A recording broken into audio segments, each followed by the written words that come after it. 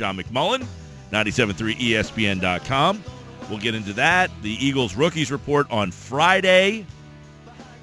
Also, John, longtime NBA writer, want to get some of his thoughts on the series and the officiating in the NBA. So we'll do that.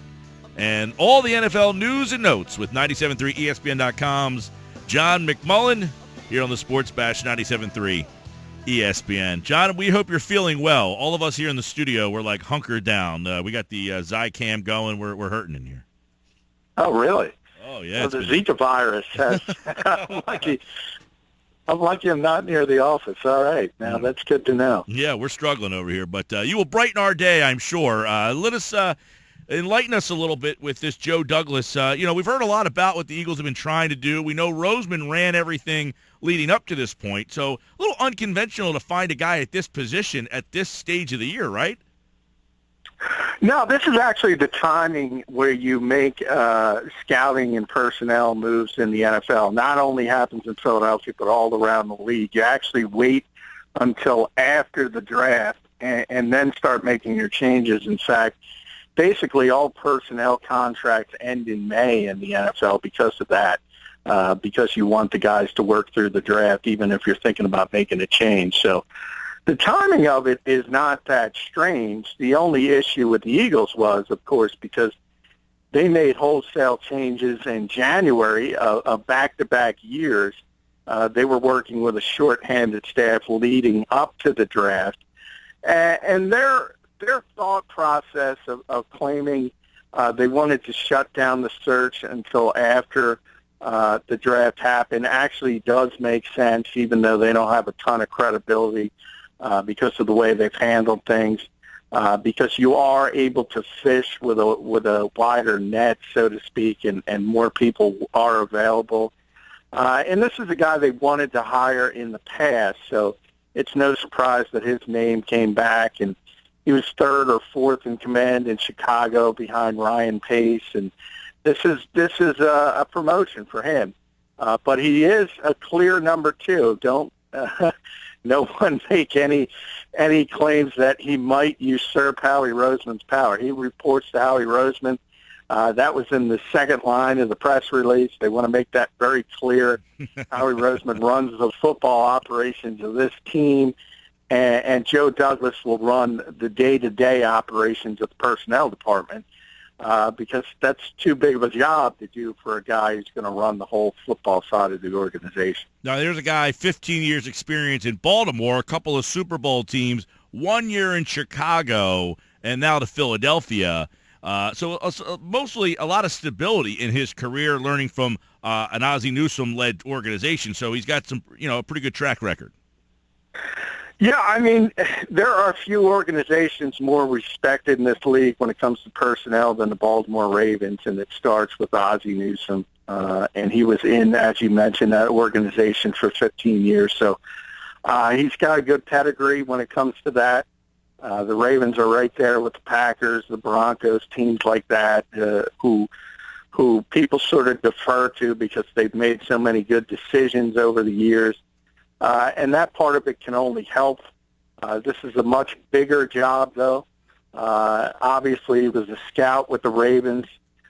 He was the college scouting director of the Bears. Now, all of a sudden, he's got to handle both sides of the department, not only the college aspect, but the pro scouting aspect. So it's a natural step forward in his career. It's a promotion, and we'll see how he handles it.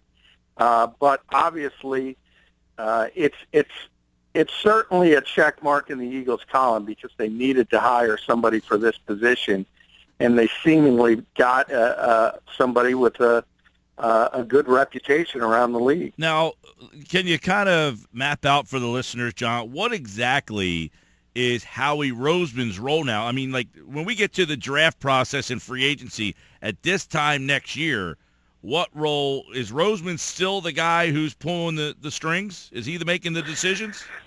Yeah, Howie is essentially, despite the semantics that we always talk about, in his case, his title is Executive Vice President of Football Operations. He, in fact, is the Philadelphia Eagles general manager. He is the guy who the buck stops stops with him as far as the football decisions are made. And just like any GM around this league, use Ryan Pace as an example, who obviously Joe Douglas worked under in Chicago for 1 year. He's the GM out there. He's got a pro scouting director, a college scouting director. So this is the more typical framework of an NFL organization, which the Eagles did not have before this hire. Now they're back in a position where they have a fully staffed department and a more typical flow chart, so to speak. But the guy at the top of that flow chart is Howie Roseman. Do you think Howie Roseman's reputation has been cleaned up at all over, his second stint as really running the show? Well, I think a lot of people like the moves he made, especially before the draft, as far as maneuvering, being able to get up all the way from number 13 to number 2, being able to spin off the contracts of Byron Maxwell and DeMarco Murray. All those moves, I think a lot of people looked at it and said those were really, really good dealings for the Philadelphia Eagles, and he was given a lot of credit from me and a lot of other people for that. We'll still have to see as far as talent evaluation goes.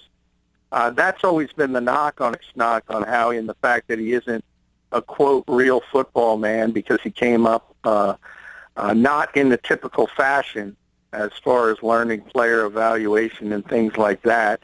And in this draft, because they made the move up to get Carson Wentz, they didn't have a ton of picks. So I don't know if you're really going to be at it and say he did a great job simply because he didn't have a lot of opportunities with the number of picks he had because of what the Eagles did. Yeah, and, moving forward here, I guess Carson Wentz's success will really be tied to how we judge Howie Roseman ultimately moving forward. There's been so much murkiness around his tenure as GM, whether or not he was making picks. Was it Chip Kelly who was in ultimate control? But he is now certainly the guy in charge, and I guess he will forever be tied to this decision. Yeah, and I think Doug Peterson will be as well, to be honest. If you think about Doug and being a first-year head coach, and he sort of pounded his fist on the table for Carson Wentz in a lot of ways, I think that draft pick will ultimately be tied to both the head coach and Howie Roseman as far as their long-term legacy with the Philadelphia Eagles. I think if he hits, obviously those guys are going to come out smelling like a rose, and if he doesn't, I think both ultimately lose their jobs because of it. And that's not only the Eagles, though, Mike. That's just about every front office in this league if you take a quarterback that high in the draft. Sure is. John McMullen's with us at JF McMullen on Twitter. Go to 973ESPN.com and check out more from John, including his Eagles rookie camp primer, where you've got a couple of guys that you've got your eyes on for Friday's first look at the rookies. John, at the NovaCare Center.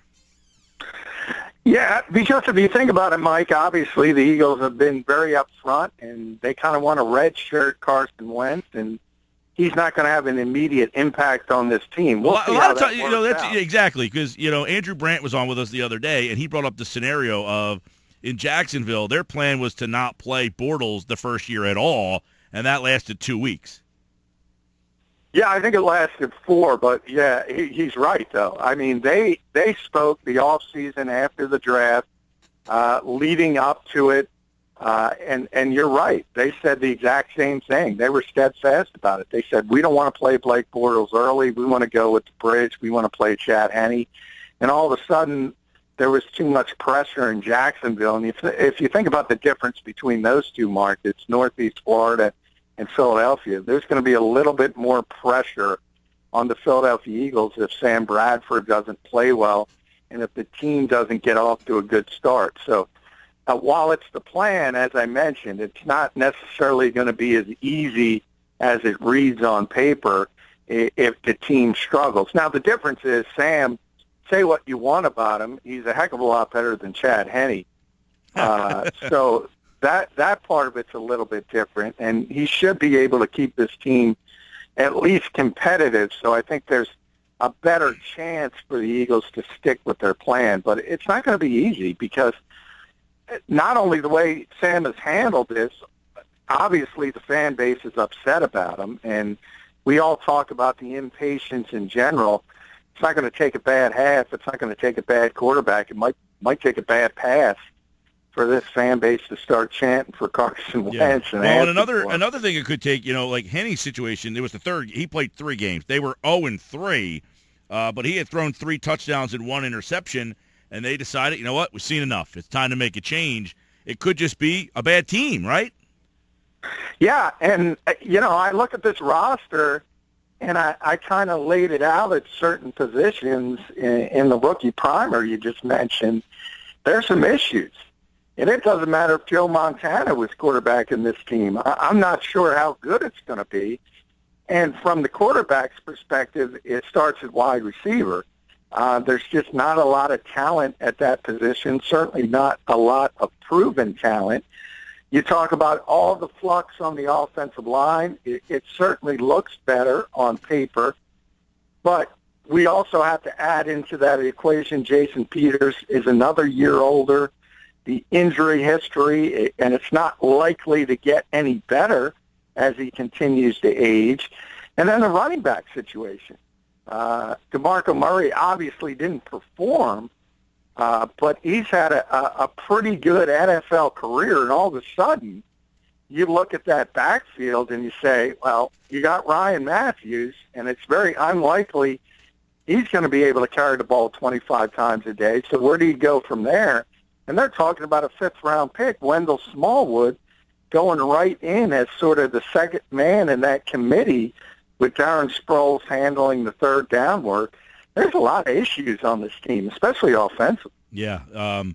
Couple other finish up your thoughts on what you're looking for Friday. And some of the rookies that could have an impact. Well, Smallwood, I got 5 that I listed at 97.3ESPN.com, guys that I think can make an impact in the first year.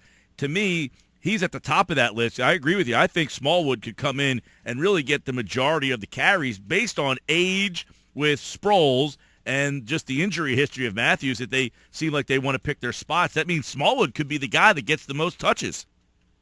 Yeah, it's possible. And a lot of it's very important that he sort of hits the ground running from rookie camp moving forward, because if they think he can handle the job, as you mentioned, he's going to get every opportunity to get significant carries on this team because of his youth, because of his young legs, because of Matthews' injury history. And I think they want to use Sproles to sort of save him as a more traditional third down back. I think that's the plan with him. So there's a lot of chance for him to garner significant carries. But if they look at him early in minicamp, OTAs, and into training camp and say he looks overwhelmed, all of a sudden you have to start looking at other teams, start thinking about trade scenarios, because they're going to need help at the running back position. They hope it's him, but that's a lot to put on the shoulders of a rookie 5th-round pick. All right, John, a couple of NFL news and notes to look at here. What are the Jets going to do at quarterback? What is the latest on Fitzpatrick? Are they going to re-engage, or are they ready to move on? Well, I don't think they've ever not engaged. It's just a matter of you got a guy who wants $15 to $16 million a year, and the Jets want to give him about half of it. And half of that, and I understand both sides, because Ryan Fitzpatrick is coming off a really good season where he set the franchise record for touchdown receptions. He looks at the money that Sam Bradford got, that Brock Osweiler got, and he said, what about me? Why am I deserving of Chase Daniel money after what I was able to do last year for this particular team? And from the Jets standpoint, they look at it like, yeah, you played well, but you have a long history, and we kind of know what you are. You've been a journeyman who's started for 5 or 6 different teams, I think we're up to at this point. And you have to remember the Jets had Brandon Marshall playing at the Pro Bowl level, Eric Decker. So they have tremendous receivers, And they think that kind of bolstered his numbers. I don't disagree with that part of it. But the Jets are a borderline playoff team, so it's kind of, what do you want to do if you're New York? Do you want to take a step backward? Because if they have to start Geno Smith or Bryce Petty or Christian Hackenberg, they're not going to be a good football team. And if they have Ryan Fitzpatrick, they at least have a chance to make a move for a wild card spot. So a lot of it depends on what the Jets want to do. Do they want to take a step backward to potentially take 2 steps forward, or do they want to try to be relevant and be a playoff team? As far as Fitzpatrick goes, it's basically play for the Jets or sort of go what we talked about with Sam Bradford, the Carson Palmer route. Maybe you say you're retiring, you wait for an injury or somebody ineffective in a different city, and then say, okay, I'll come back and sort of sign that way and wait for an opening that's not there as we speak today in early May. Yeah, that's an interesting area. They're kind of in a weird spot. I'm not the biggest Fitzpatrick fan. I acknowledge that he played well, but to me, he's one of them guys that if he's your quarterback, you know what you are. You're kind of the, but that's with everybody. You know what I mean? Like, and if they're steadfast on saying, well, we could just be mediocre with somebody else, we'll just go down that road. I mean, it's like, I kind of see what they're saying. And on the other side, do they think that he can, make them a playoff team, which they weren't last year? Well, again, yeah, you're right. You see both sides. But then the Jets have to think of it this way. You can say that you could be mediocre like somebody else, and I think that's their mentality. But on the other hand, they know they're not as good with Geno Smith or Bryce Petty or a rookie Christian Hackenberg. So they're sort of talking out of both sides of their mouth. They realize that as far as the so-called bridge quarterbacks, whatever terminology you want to use, Fitzpatrick's at the top end of that group. It's not great, obviously, but he's better than your average sort of mediocre quarterback, right, if that makes sense. So it's a tough decision for him. John McMullen's with us here, 97.3 ESPN.com. Of course, you can check out all his Eagles coverage there, his national NFL coverage at todayspigskin.com. And John, of course, covered the NBA for a long time. John, I want to get your thoughts on Oklahoma City winning last night. We've been talking a lot about them. Should we start to, I asked the question in the first hour, do fans want to see San Antonio Golden State, or would they rather now see Oklahoma City Golden State? Well, I think you win either way. I really do, because they're both great teams. And I understand, obviously, with the regular season, San Antonio had everyone wanted to see that Warriors-Spurs matchup. But when you think about what Oklahoma City has, and you have 2 Hall of Fame level players, and Russell Westbrook is just playing off the charts at the present time. And then you think about San Antonio's record. They lost 1 game at home all season, 40-1, and they lose 2 at home to Oklahoma City in this series. So that tells you how good the Thunder are playing right now. I think a lot of it has to do with the defensive side of it, because you know how good they are offensively, but they've really been picking up their game defensively, and that's where the Spurs always had the advantage over that particular team. It's more, but it's not over yet. Obviously, if they don't win Game 6, all of a sudden the advantage goes back to the Spurs. And it's just a great series, so I think people should sit back and enjoy it. Yeah, and then, we got Golden State tonight, and what Curry did the other night coming off the injury, 40 points, 17 in overtime. He's the MVP. I don't think there was another choice for MVP. We debated a little yesterday. There's never been a unanimous MVP, and he's the first one. Did you have a problem with that? Should he have been the unanimous choice? No, I didn't have a problem with it. I had a problem with that there was never a unanimous choice before, and I think it was always somebody who's trying to make a point and be different, because there are plenty of guys in the past who should have been unanimous choices. So, I mean, you could always pick LeBron James if you wanted to go a different route, because obviously he's what he is as a basketball player, and it's hard to say that he's not the best in any particular year. But as far as where Steph Curry was and what he was able to do this year, what the Warriors did by setting the regular season record. It's tough to say he wasn't the MVP of this league, and the fact that everybody agreed shouldn't be that big of a surprise. All right, John, good NBA stuff. Tonight we've got the playoffs here on 97.3 ESPN. That Golden State-Portland series continues. And then tomorrow night we've got the Spurs and Oklahoma City and all the NBA finals right here on 97.3. All right, pal, good stuff. Hey, thanks, Mike.